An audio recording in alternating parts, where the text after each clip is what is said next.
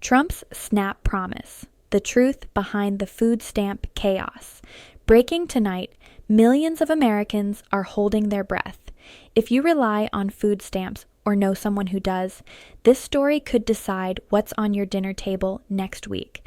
President Trump says the SNAP crisis will be solved next month. But right now, there's no executive order, no funding bill, and no official plan. And that has nearly 42 million Americans, seniors, parents, veterans, and low-income workers, asking one urgent question: will my benefits stop on November 1st? We're breaking down exactly what Trump said, what the USDA just confirmed, and what may actually happen once November begins. Stay tuned until the end, because we'll also share what actions you can take today to protect your benefits before it's too late. This is Social Security Post. Let's get into it. At a press briefing earlier this week, President Trump addressed growing fears about SNAP funding. He said, quote, "The issue will be solved next month. Nobody's going to go hungry." The statement spread fast, calming some nerves, but sparking even more questions. Because when reporters asked how exactly the problem would be solved, there was no plan, no paperwork, no timeline, just reassurance. And hope doesn't refill grocery carts. Meanwhile, the Department of Agriculture, which oversees the Supplemental Nutrition Assistance Program, painted a far darker picture. A spokesperson said bluntly, "The well has run dry." Without new funding, SNAP could stop processing payments starting November 1st. That means 42 million people could wake up to find their EBT cards frozen, unable to buy even basic groceries. For many Americans, that's not an inconvenience, that's a full-blown emergency. So let's cut through the noise. Why is this crisis happening now?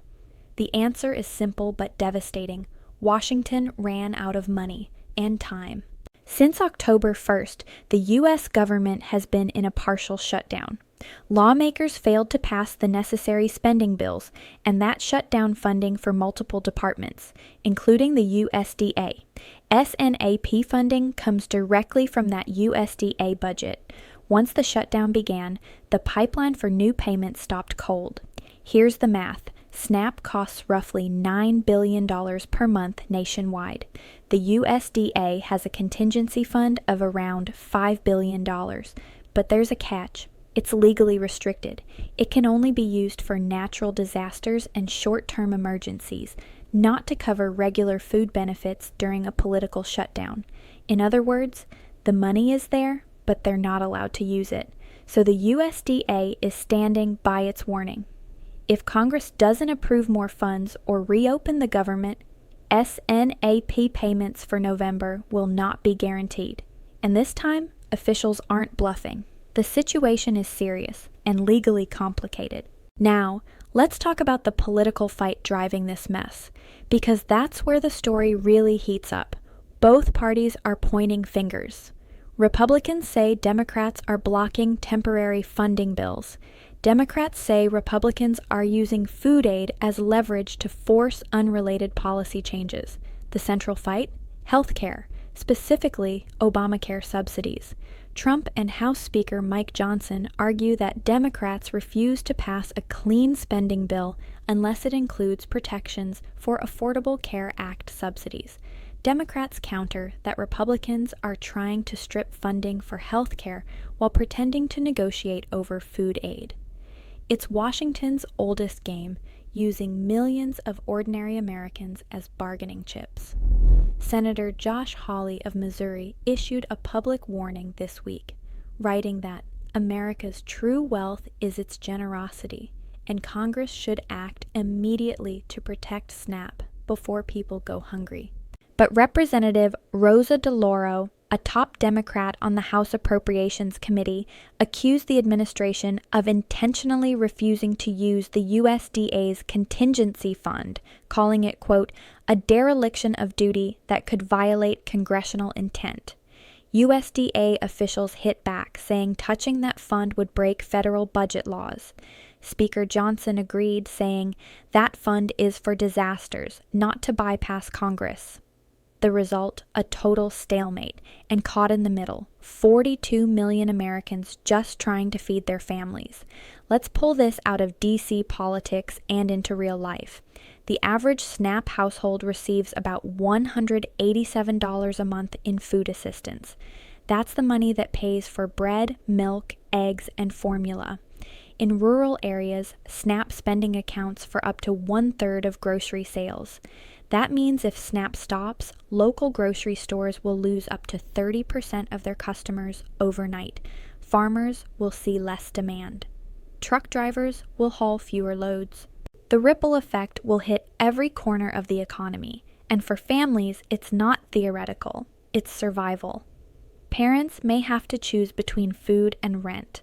Seniors might skip meals to buy medication.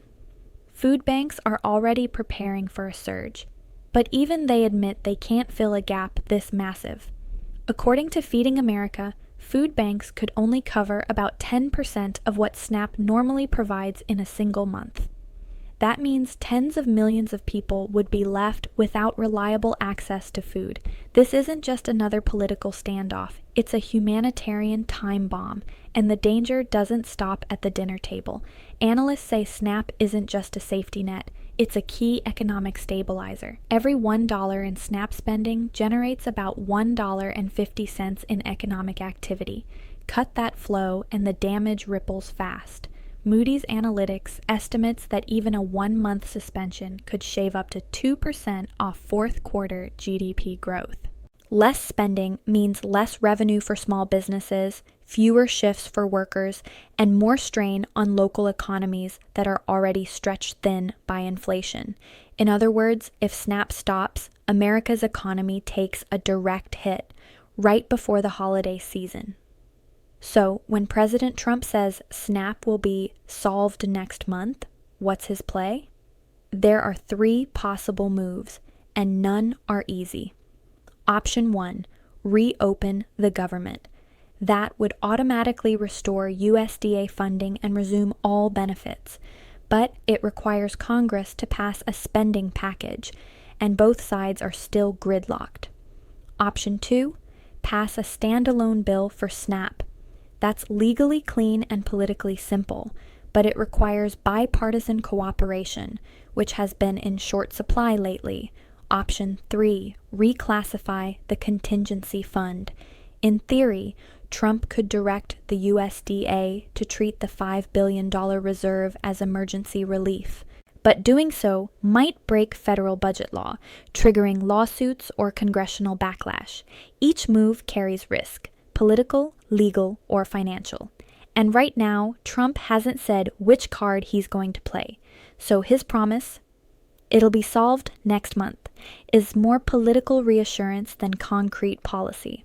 But make no mistake, the pressure on the White House is growing by the hour. Here's what to watch as the clock ticks down. If lawmakers reach a deal in the next few days, benefits will continue normally, and most Americans won't feel a thing.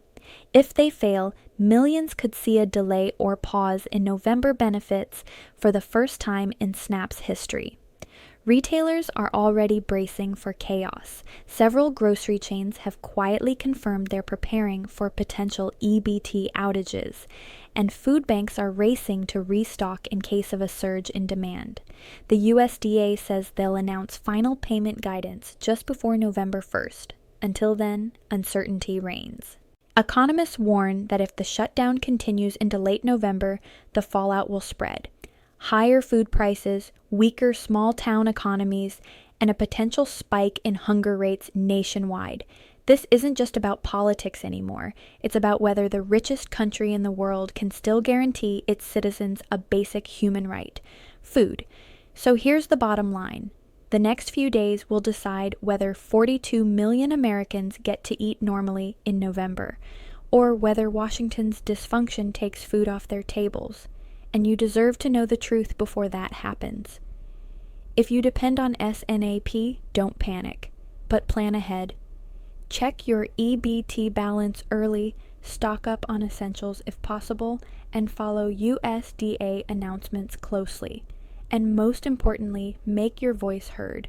Call your representatives, comment online, and share this video so others aren't blindsided when the first of the month arrives. Now, we want to hear from you. Do you believe President Trump can actually solve this crisis, or is Congress using America's families as political hostages again? Tell us what you think in the comments. Your experiences, your fears, your stories, they matter. And if you want every update that affects your wallet and your benefits, subscribe now, hit the bell, and stay connected. This is Social Security Post, where we track every decision that hits home first. Stay sharp, stay informed, and we'll see you in the next report.